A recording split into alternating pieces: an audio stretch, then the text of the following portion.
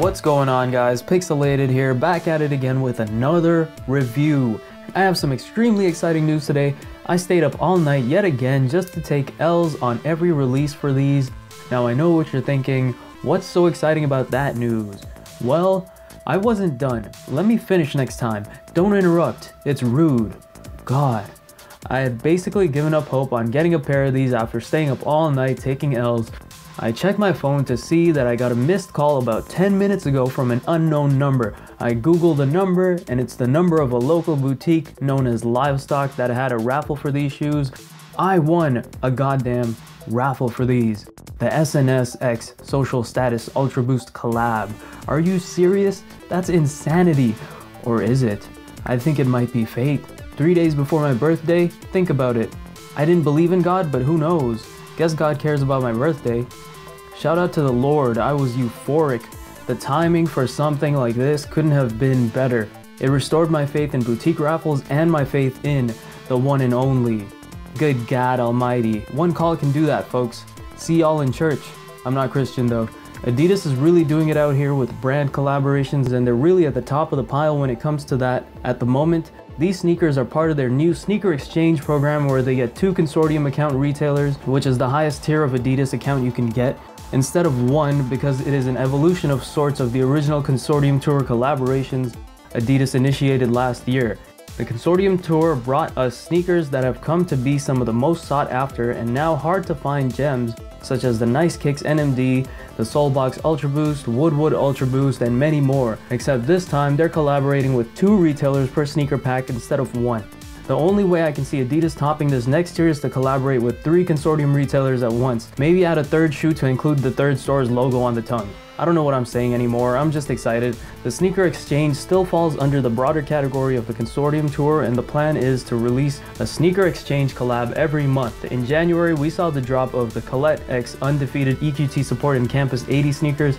In February, they released these beauties. A collaboration between SNS or Sneakers and Stuff and Social Status. Don't get me wrong, the January release EQTs were nice, but these are a whole different beast. The Sneakers and Stuff X Social Status Consortium collab included a pair of Adidas Superstar Boost along with this pair of Ultra Boost. Now, I've never been a fan of the Adidas Superstars / Shell Toes or the Stan Smiths, not even the Campus 80s. It's just not my style, so I didn't jump on the Superstars just because they have Boost now.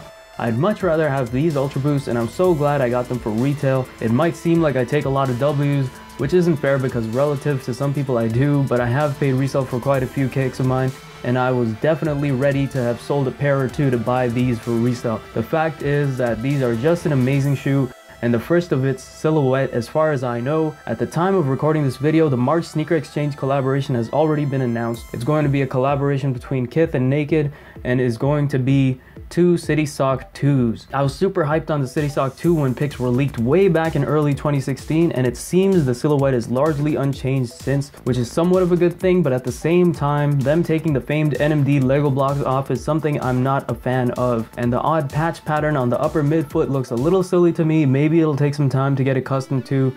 Let's see how that turns out. You see, I popped in the secondary set of rope laces in here, which we'll get into in a bit. When these SNS Social Status Ultra Boosts were first unveiled, there were a ton of mixed opinions. A lot of people passed them off as ugly and said Adidas is falling off. This is horrible. Many compared it to the OG SNS Ultra Boost and said those were far better. I disagree. After seeing these, I knew I needed them. I also knew the people who hated them at first would come around to liking them. It's a new design that a lot of OG Ultra Boost loyalists were obviously going to pass off just because they weren't in the OG pattern. Obviously, that didn't last long, and now everyone's at awe at how clean or fresh or swag these are. Just kidding, hopefully no one you know still uses that term. Otherwise, your boy might have to cut a bit. I'm just glad these didn't make it onto the 3.0 pattern. Those collabs leave me questioning whether the base ground beef ribbed pattern was really the right move by Adidas. To get a frame of reference, I still want a pair of Chinese New Year Ultra Boost 3.0, but not enough for me to go out of my way and shell out more anytime soon. Don't get me wrong, I love them and the Trace cargos, but the general release colorways don't have me giving them a second glance. I wish I could say that it's just because of a hype beast mentality and those are actually really nice shoes, but truthfully, they just don't seem appealing enough to shell out the amount of money Adidas is asking for. I'm not spending the same price a Consortium collab costs at retail for a pair of shoes that will turn into my beaters. Well, I might if they do turn out to be really nice, but only time will tell if that moment will come. Alright, enough with the silly talk, onto the shoes. For a black and white shoe, the SNS Social Status Ultra Boost has so much going on, but it all works together so seamlessly.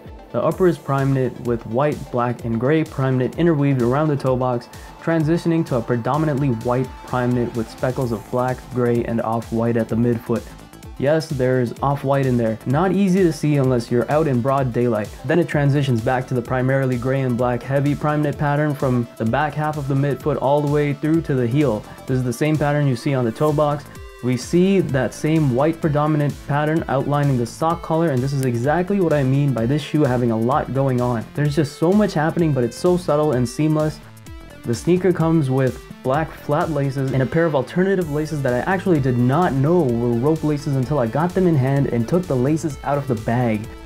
You do not want to know how wide my smile was when I discovered this. Let's just say I might have reminded you of a particular villain whose tagline is, "Why so serious? Haha." The lace cage is black and is suede on top and leather at the bottom. The suede gives the shoe an insanely premium look. I wonder if I can get away with wearing these to my sister's wedding. The heel cup is an all matte black, similar to what you'd see on the Reigning Champ Ultra Boost. Funny enough, they even have the zigzag stitch pattern on the back of the heel in black, which is actually Reigning Champ's signature stitch. You'd see it along the size tags on their clothing. I don't know if SNS and Social Status knew they were basically ripping off Reigning Champ with that stitch, but I do like the design of it on any Ultra Boost, so I'm not complaining. The inside of the heel pull tab is leather, the insole is leather, and the tongue is also, you guessed it, leather. I've never seen so many premium touches on a pair of Ultra Boosts. We also have the SNS logo on the right tongue tab and the Social Status logo on the left, as well as on the insoles. And we have the Consortium handshake logo on the back of the tongue. I didn't forget this time, guys, reminding you that this is most definitely a Consortium Tour collaboration, and to not get your facts twisted when putting the Sneaker Exchange name in your mouth. The Continental sole and torsion bar are black, and this brings me to the last and most polarizing design choice of this sneaker. It's the black toe cap.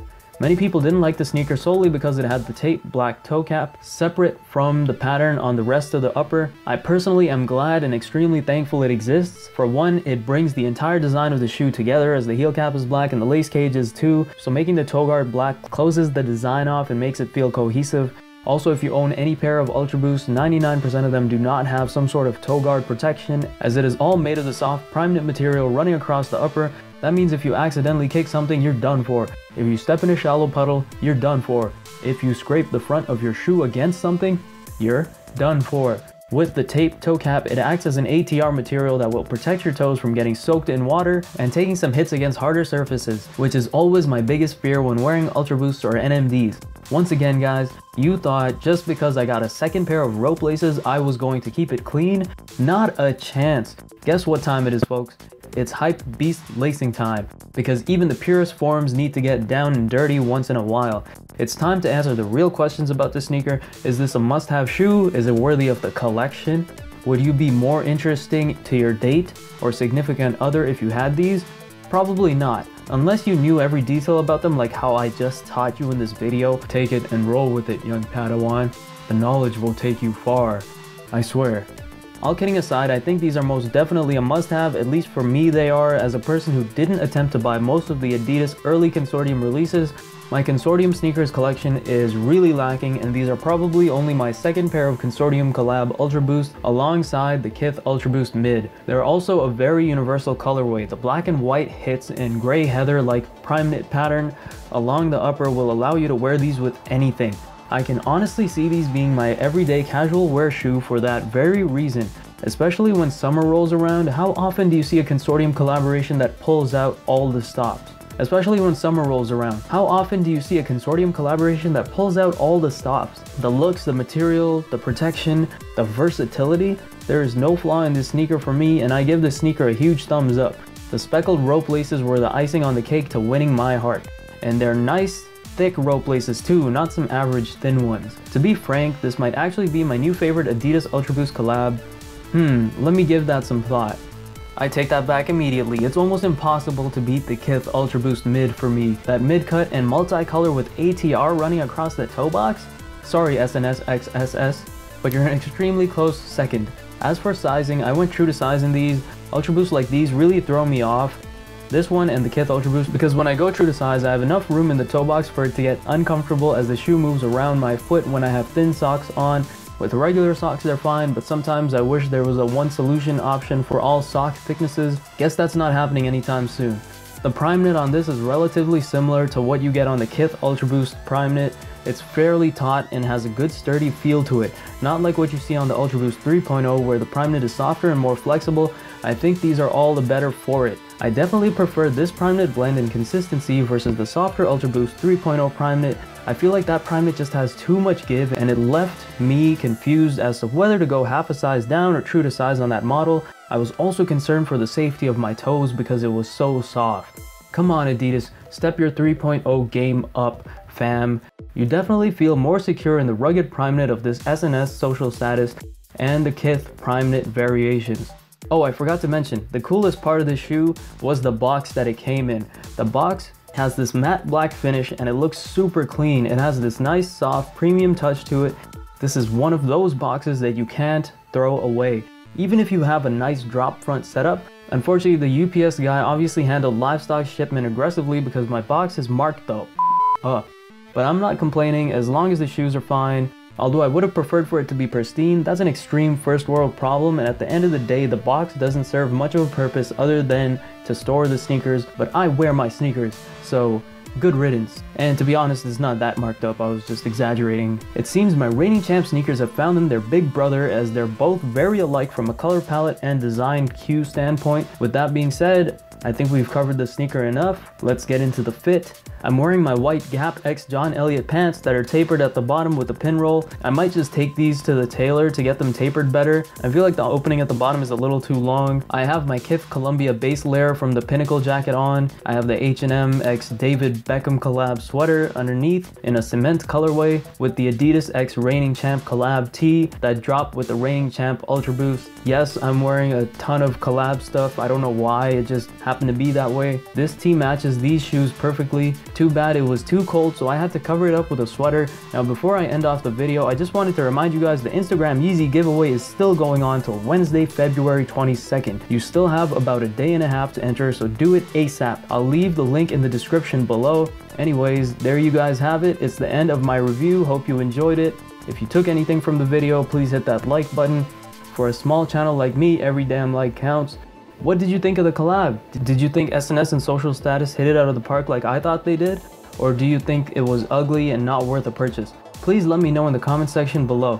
Please share the video with your friends, let them know Pix does the dopest on-foot reviews, and please subscribe for more juicy content. Catch you later. Pixelated out.